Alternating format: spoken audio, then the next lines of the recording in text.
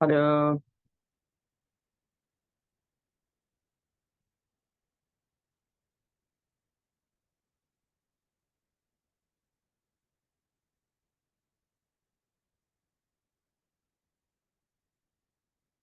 मेरी आवाज आ रही है किसी को?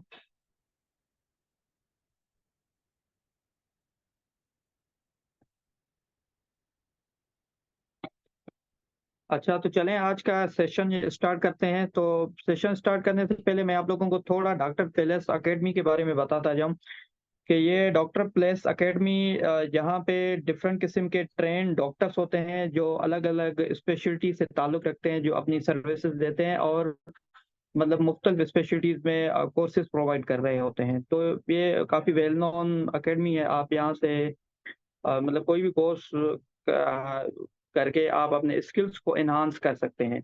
तो मेरी आवाज़ आ रही है आप सब लोगों को? एक मिनट वेट करें।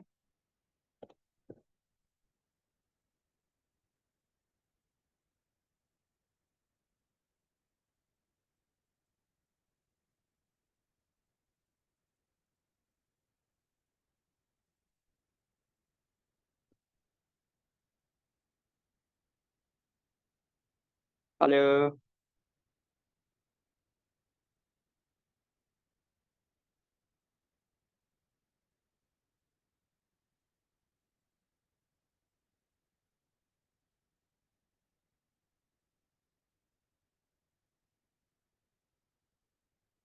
अच्छा, एक मिनट वेट करें।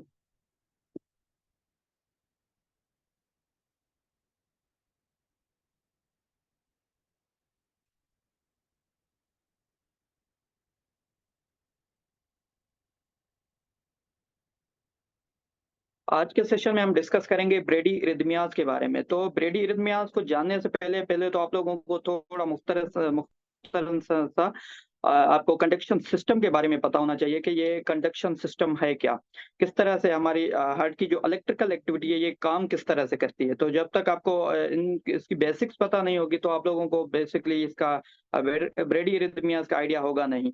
तो सबसे पहले जो हमारी इम्पल्स स्टार्ट होती है वो होती है एस ए नोड से।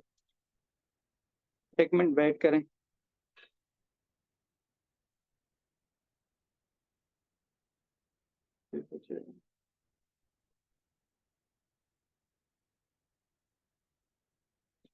वेट अ मिनट, मैं सिर्फ स्लाइड खोल लूं।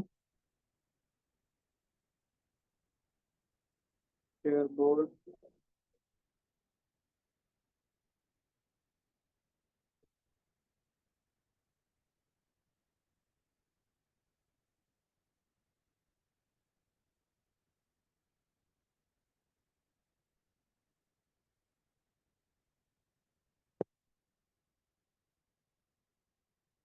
अच्छा, तो ये बोर्ड यहाँ पे मैं आप लोगों को कंडक्शन सिस्टम ड्रा करके वह यहाँ पे मैं वन बाय वन आपको कंडक्शन सिस्टम की एनाटॉमी समझा देता हूँ। उसके बाद मैं आप लोगों को ब्रेडी इरिथमियाज के बारे में बताता हूँ। तो सबसे पहले तो एस ए नोड मैं यहाँ पे ड्रा करता हूँ। This is S A node which is lies in the covo-tricuspid area, especially which is lies between the superior vena cava and the right atrium। तो यहाँ पे हमारा ऐसे नोड होता है। तो ऐसे नोड से बेसिकली तीन ब्रांचेस निकलती हैं, जिसको एक तो जा रही होती है राइट एट्रियम में जिसको कहा जाता है बंडल ऑफ कैंट।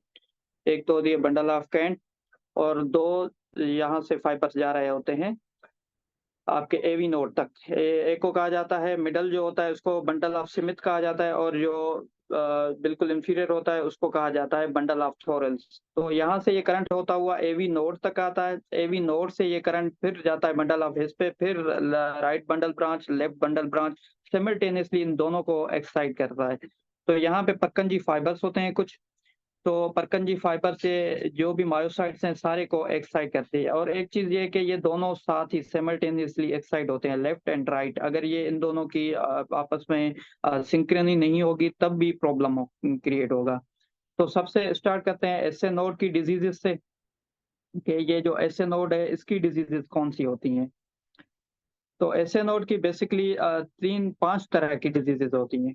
सबसे पहले तो एसए पास, मैं इसको इरेज कर देता हूँ।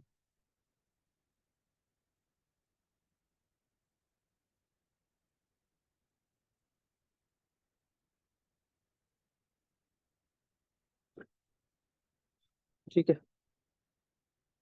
ऐसे नोड की जो डिजीजेज हैं वो 5 टाइप्स की होती हैं। सबसे पहले जो है ऐसे साइनस ब्रेडी, ऐसे पास से भी पहले एक कंडीशन होती है जिसको कहा जाता है sinus ब्रेडी cardia.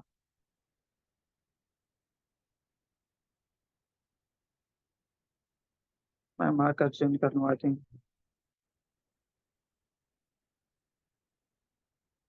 Sinus ब्रेडी second number पे जो कंडीशन होती है उसको साइनस पास कहा जाता है। वन बाय वन हम इनको डिस्कस करेंगे कि साइनस पास ईसीजी में किस तरह से देखा जाता है और क्या काजेज हैं। इसके अलावा तीसरे नंबर पे साइनस ब्लॉक्स। साइनस ब्लॉक्स होते हैं। साइनस ब्लॉक्स के अलावा इनअप्रोप्रिएट साइनस ब्रेडी, या तो उसको सिक्स साइनस सिंड्रोम में कंडीशन होती है जिसमें टेकी ब्रेडी दोनों हो रहा होता है।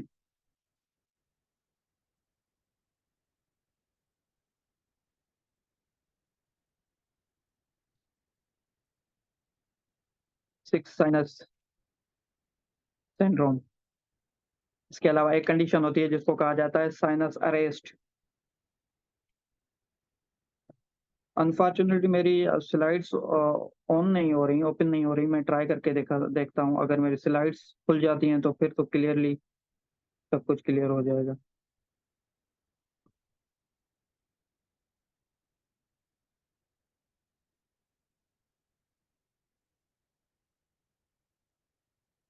बस ये स्लाइड्स ऑन हो गई। तो कंडक्शन सिस्टम, सबसे पहले तो मैंने आप लोगों को जिस तरह बताया कि कंडक्शन सिस्टम, यहाँ पे आप तस्वीर भी देख सकते हैं पिक्चर कंडक्शन सिस्टम की। ये ऐसे नोड है।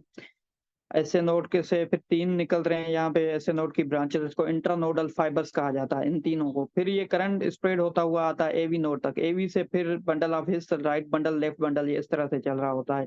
और ऐसे नोड को प्राइमरी पेसमेकर कहा जाता है क्योंकि इम्पल्स जो ओरिजिनेट हो रही होती है वो ऐसे नोड से ओरिजिनेट हो रही होती है। ऐसे नोड से फिर ये इम्पल्स पूरी एट्रियाज को एक्साइट करते हुए वेंट्रिकल्स तक जाती है थ्रू द एवी नोड के जरिए। इसके अलावा बात करें तो इसकी ब्लड सप्लाई की, एसए नोड की जो ब्लड सप्लाई है वो 59% ये आरसीए की एक कॉनस ब्रांच होती है, आरसीए से जो एसए नोड को ब्लड सप्लाई कर रही होती है। इसके अलावा LAD left circumflex 30% SA node को सप्लाई कर रही होती है। इसके अलावा आ जाता है ड्यूल ब्लड सप्लाई, यानी कि एसए नोड और लेफ्ट सर्कमफ्लेक्स दोनों ब्लड सप्लाई करती हैं इस एवी नोड को। अब ये समझना इसलिए लाजमी है क्योंकि अगर किसी भी पेशेंट को इन्फाक्ट हो जाता है, ब्लॉकेज हो जाती है आरसीए में, तो उस पेशेंट को इस्कीमिया हो सकती है ऐसे नोड की। अगेन फिर पेशेंट को ये ऐसे नोड डिजीजेस होंगी। तो ऐसे नोड डिजीजेस मैंने बताई जिस तरह 5 तरह की होती है: sinus brady, sinus pause, sinus arrest, sinus exit block and sick sinus syndrome. तो start with the sinus node diseases. इसकी इसके जो काजेज हैं साइनस नोड डिजीजेस के, वो दो तरह के होते हैं। एक तो इंट्रिंसिक काजेज और दूसरे एक्सट्रिंसिक। इंट्रिंसिक मींस के मतलब इंटरनल काजेज हैं, कोई बॉडी के अंदर काजेज हैं, कोई भी डिजीज है ऐसी को जो ऐसे नोड को खराब कर रही है, प्रॉपर काम नहीं करने दे रही। और दूसरे नंबर पे एक्सट्रिंसिक काजेज। अब एक्सट्रिंसिक काजेज जो अदर देन मतलब बाहर से कहीं आ रही है, एक्सटर्नल काजेज। लाइक किसी पेशेंट को कैरोटिड साइनस हाइपर सेंसिटिविटी है, या तो वेगल स्टिमुलेशन पेशेंट की हो रही है। जब भी हम सांस ले रहे होते हैं उस दौरान पेशेंट की जो वेगस नर्व है वो थोड़ी स्टिमुलेट हो रही होती है, और वेगस नर्व जो है वो एज इनहिबिटरी एक्ट करती है सीवीएस पे। तो वेगस, जैसे ही वेगस नर्व स्टिमुलेट होगी, वेगस नर्व के स्टिमुलेट होने से क्या होगा कि acetyl choline post synaptic receptor से रिलीज होगा, और वहाँ पेशेंट का हार्ट रेट जो स्लो डाउन हो जाएगा। और दूसरे रिसेप्टर्स होते हैं उसके एड्रोजेनिक रिसेप्टर्स जो पेशेंट के हार्ट रेट को बढ़ा रहे होते हैं। आपको ऐसी कुछ दवाइयां होती हैं जो पेशेंट के हार्ट रेट को कम करती हैं, like beta blockers, calcium channel blockers, antiarrhythmic and lithium and amitriptyline. और इसके अलावा हाइपोथायराइडिज्म में भी पेशेंट को ये एसएनओ डिजीजेस हो सकती हैं, स्लीप एपनिया में एंड इंक्रीज इंट्राक्रैनियल प्रेशर। इसके अलावा अगर हम एंट्रेंस के काजेज की बात करें तो इसमें आ जाता है सिक्स साइनस सिंड्रोम। इसमें ऐसे नोड की फाइब्रोसिस हो जाती है जिसके नतीजे में पेशेंट को ये ऐसे नोड डिजीज हो जाती है। इसके अलावा पेशेंट को कोरोनरी आर्टरी डिजीज अगर हो जाए, स्पेशली आरसीए में इन्फाक्ट हो जाए। इसके अलावा पेशेंट को कोई इंफ्लामेटरी कंडीशन है लाइक पेरिकार्डाइटिस, मायोकार्डाइटिस या रूमेटिक हार्ट डिजीज है, सिनाल चेंजेस अगर पेशेंट में हो जाए तो उस कंडीशन में भी ये पेशेंट को ऐसे नोड डिजीज हो सकती है। इसके अलावा चेस्ट ट्रॉमा हो जाए या आइट्रोजेनिक पेशेंट को कंडीशन। फाइटोजेनिस मीन्स के डॉक्टर की या मेडिकल स्टाफ से नेग्लिजेंसी की वजह से पेशेंट को कोई भी ब्रेडियरिथमिया हो जाए। हाँ, तो साइनस ब्रेडिकार्डिया मीन्स के पेशेंट का जो इम्पल्स है वो ओरिजिन तो साइनस यानी कि एसए नोड से हो रही है, बट क्या है वो जो स्प्रेड हो रही है वो इतने स्लोली हो रही है या एसए नोड की फायरिंग इतनी स्लो है कि पेशेंट का हार्ट रेट है वो जो लेस देन 60 हो गया है। तो अभी आप इस ईसीजी में जिस तरह देख सकते हैं कि इस ईसीजी में अगर हम लार्ज बॉक्सेस काउंट करें तो होपफुली आप लोगों को हार्ट रेट तो ईसीजी में देखना आता होगा। तो अगर हम काउंट करें लार्ज बॉक्सेस के तो इसमें अप्रोक्सीमेटली 8 लार्ज बॉक्सेस हैं। तो 8 को हम जब 3 से डिवाइड 300 करते हैं तो ये इसका आंसर आ जाता है 40। तो इस पेशेंट के जो हार्ट रेट है वो है 40 बीट्स पर मिनट। और यहाँ पे आप लोग पी वेव क्लियरली देख सकते हैं कि वेल डिफाइंड पी वेव है which is followed by the QRS complex and T wave भी क्लियर नजर आ रही है। बस इस ईसीजी में एक ही चीज है वो है पेशेंट का हार्ट रेट है वो कम है साइनस ब्रेडिकार्डिया और कुछ भी नहीं है इस ईसीजी में।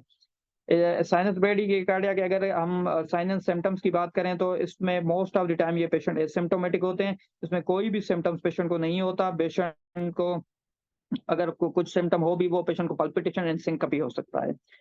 इसके अलावा हम अगर बात करें तो इसके काजेस की इसके काजेस में आ जाता है कि अगर कोई पेशेंट किसी को हाइपोथायराइडिज्म हो, हाइपोकेलिमिया हो, इंट्राक्रेनियल प्रेशर पेशेंट का किसी का बढ़ गया हो, स्लीप एपनिया हो अगर किसी पेशेंट को, तो इसमें साइनस ब्रेडी हो सकता है। नेक्स्ट स्लाइड है हमारी साइनस पॉज। तो आप लोग इस ईसीजी में देख सकते हैं कि इसका जो रेट है फर्स्ट जो आरआर इंटरवल में उसमें अप्रोक्सीमेटली 100 बीट्स पर मिनट है। लेकिन आप दूसरे क्यूआरएस कॉम्प्लेक्स में दोनों में देखेंगे तो इसमें जो रेट है वो अप्रोक्सीमेटली ये 60 का रेट है। तो या तो 75 का 1 2 3 4 5 60 का रेट है। तो इसका मतलब ये है कि पेशेंट को साइनस पाजेज हैं। पाज का मतलब ये है कि बीच में पूरा क्यू आर एस कॉम्प्लेक्स से स्किप हो जाए, मतलब कि दो बीट्स जनरेट हुई ऐसे नोड से बिल्कुल क्लियरली, लेकिन तीसरी बीट जनरेट ही नहीं हो पाई। वो बिल्कुल ऐसे नोड ने फायर ही नहीं किया, नीचे कोई इम्पल्स गई नहीं, तो यहाँ से एक पूरा का पूरा पाज आ गया। फिर आप लोग आगे देख सकते हैं कि क्लियरली वहां कोई भी पास नहीं है। साइनस पास में सिर्फ ये होगा कि बीच में एक जो बीट है वो मिस हो जाएगी, otherwise ECG with in limit होगी। तो आप लोग देख सकते हैं कि 6 सेकंड स्टेप में यहाँ पे 1 2 3 जो बीट्स हैं वो स्किप हो गई हैं। जस्ट साइनस पास में बीट्स स्किप होती हैं, इसके अलावा और कुछ नहीं होता। अगर हम ऐसे ब्लॉक्स की बात करें तो अगेन ऐसे blocks is also categorised as AV blocks. First degree, second degree, third degree इसमें नहीं होता। फर्स्ट डिग्री अनफॉर्चुनेटली ये ईसीजी में हम डिटेक्ट नहीं कर पाते। रीजन ये है कि ये इसकी जो पी वेव है जब वो एट्रिया रिपोलराइज हो रहे होते हैं वो क्यूआरएस कॉम्प्लेक्स में उस टाइम एक वेव बनती है टीए वेव, वो क्यूआरएस में मर्ज हो जाती है। तो इलेक्ट्रोफिजियोलॉजी स्टडी के जरिए हम ऐसे first degree heart block electrophysiological study से पता किया जा सकता है, अदरवाइज ईसीजी में फर्स्ट डिग्री हार्ट ब्लॉक का नहीं पता लगता। बाकी अगर सेकंड डिग्री की बात करें तो second degree again categorise in the AV node second degree 1 and second degree 2 like Mobitz 1 and Mobitz 2। तो इस तरह से अगर हम Mobitz type AV node type 2 के 1 की बात करें तो उसमें क्या हो रहा होता है कि पेशेंट की पीपी इंटरवल हैं जो वो फिक्स्ड होती हैं। PP interval, I am asking about the PP interval, मतलब कि जिस तरह एवी में पीआर होता है यहाँ पे पीआर नहीं पीपी इंटरवल देखते हैं। पीपी इंटरवल फिक्स होगा फॉलोड बाय द मिसबीट। यहाँ पे आप लोग देख सकते हैं कि क्लियर मिसबीट है। पहले क्यूआरएस कॉम्प्लेक्सेस दो इंटरवल्स बिल्कुल ठीक है, आगे एक मिसबीट आ रही है।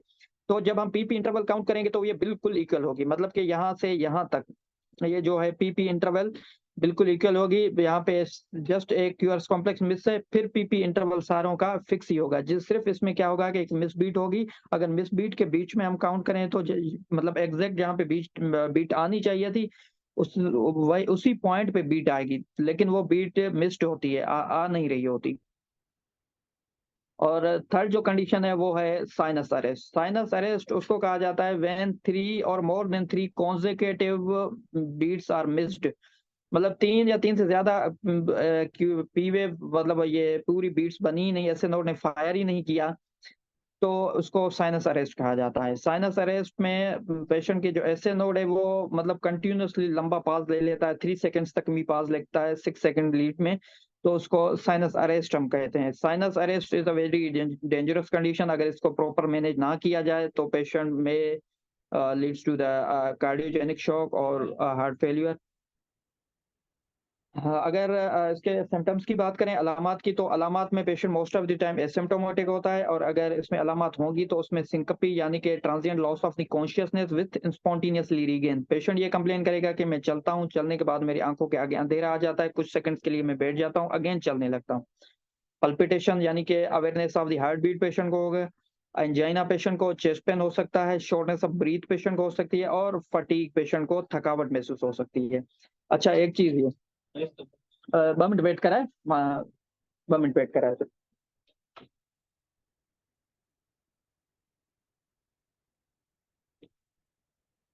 अच्छा, तो मैं अलामात की बात कर रहा था, तो अलामात में ये वन बाय वन इनकी अगेन पैथोफिजियोलॉजी है। यहाँ पे मैं इतनी डिटेल में नहीं जाता कि ये सिंकपी क्यों डेवलप हो रही है, पल्पिटेशन क्यों हो रही है। जस्ट आप लोगों को बेसिक्स ये पता होना चाहिए कि ये अलामात पेशेंट को हो रही होती हैं।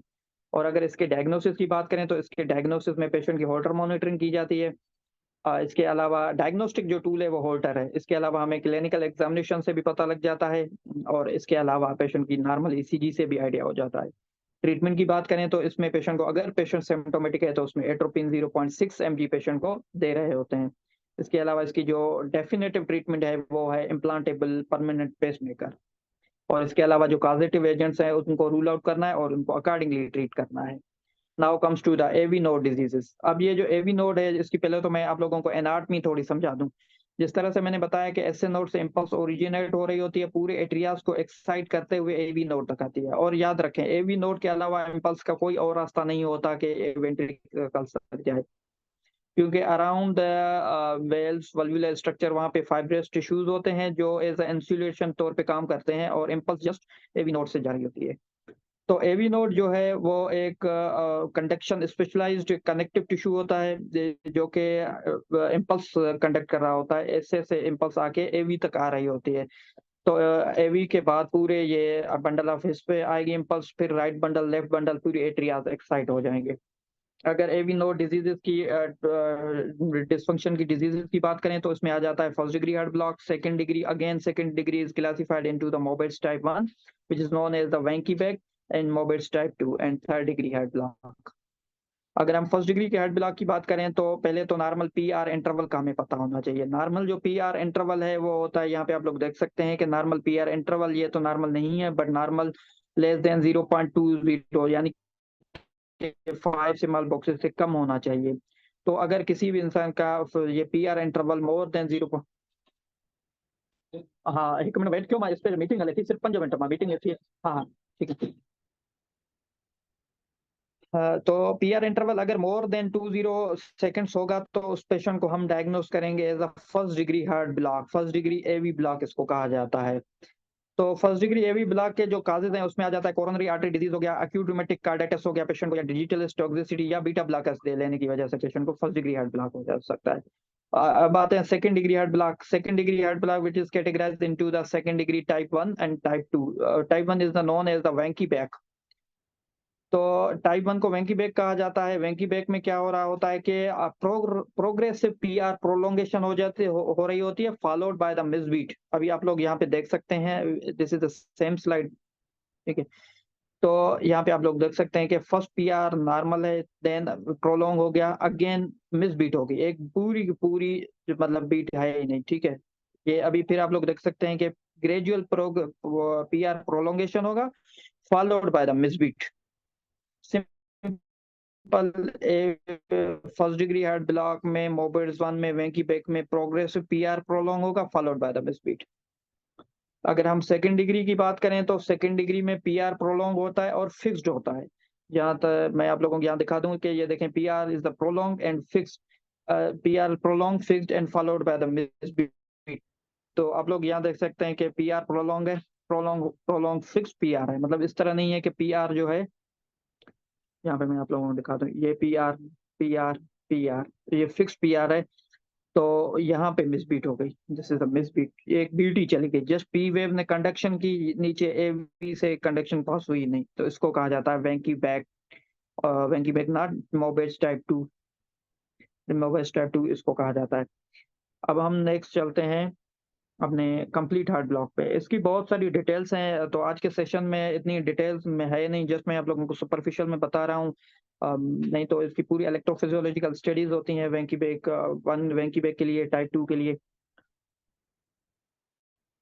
हाँ, अब बात करेंगे हम थर्ड डिग्री हार्ट ब्लॉक के बारे में। थर्ड डिग्री हार्ट ब्लॉक में एवी डिसोसिएशन हो जाता है, यानी कि एट्रियाज अपने काम कर रहे होते हैं, वेंट्रिकल्स अपना काम कर रहा होता है। तो आप लोग ये देख सकते हैं कि एट्रिया अपना काम कर रहे हैं, वेंट्रिकल्स अपने काम कर रहे होते हैं। तो सिंपल इसको एवी डिसोसिएशन बोला जाता है। अगर हम इसकी ट्रीटमेंट की बात करें तो ट्रीटमेंट में इसके सिम्प्टोमेटिक अगर ट्रीटमेंट उसमें जस्ट एट्रोपिन की इंडिकेशन है, अदरवाइज इसमें जो परमानेंट इसका इलाज है जो वो है परमानेंट पेसमेकर। थर्ड डिग्री का में तो आप लोगों ने डेफिनेटली लगाना है। बाकी सेकंड डिग्री मोबेज 2 में भी इंडिकेशन है परमानेंट पेसमेकर की। बाकी वेंकी बैक में पेशेंट के सिम्टम्स पे डिपेंड करता है। बाकी टाइप 1 में कोई भी इंटरवेंशन की नीड नहीं होती। तो आज का था ये सेशन ब्रेडी एरिथमियाज पे। तो होपफुली आज आप लोगों को बेसिक्स कॉन्सेप्ट्स आ गए होंगे कि ब्रेडी एरिथमियाज क्या होते हैं। तो आज का सेशन हम यहीं पे वाइंड अप करते हैं। Thank you so much. Doctor Baba Rahman signing off.